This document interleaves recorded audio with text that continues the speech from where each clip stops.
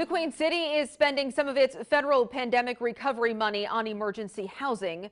Burlington's Community and Economic Development Office is reaching out to the neighborhood where it will go.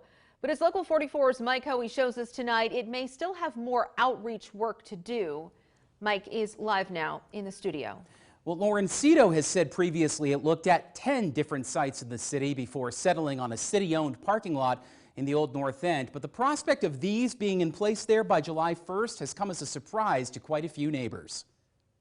Last month, the Burlington City Council voted 11-1 to repurpose the Elmwood Avenue parking lot into an emergency shelter. 30 individual use pods like these will be placed there for 3 years, with an admission process determining who uses them. They will have their pod for up to 6 months, perhaps. The goal being that to provide those supports and wraparound services to move them, transition them to something that is a lot closer to housing than a pod. Someone living across the street from the parking lot said Thursday night she feels defeated. She's not opposed to the shelter pods being placed there, but she's distraught about how she learned of it. We had to find out on the news. That is not fair. That should not have been how we shouldn't have had to look this up because we saw a news camera outside of our house.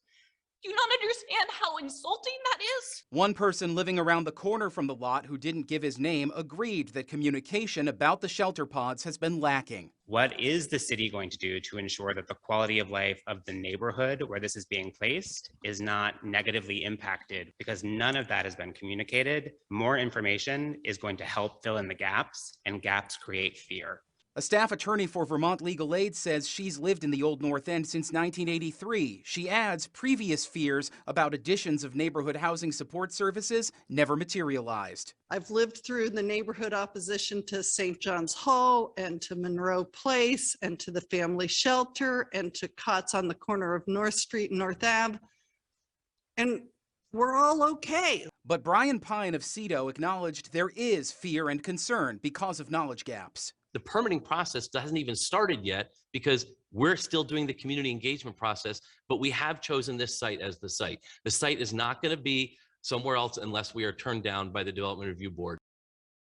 Now, Lauren, if Burlington's DRB is going to turn it down, that would happen on Tuesday, May 17th.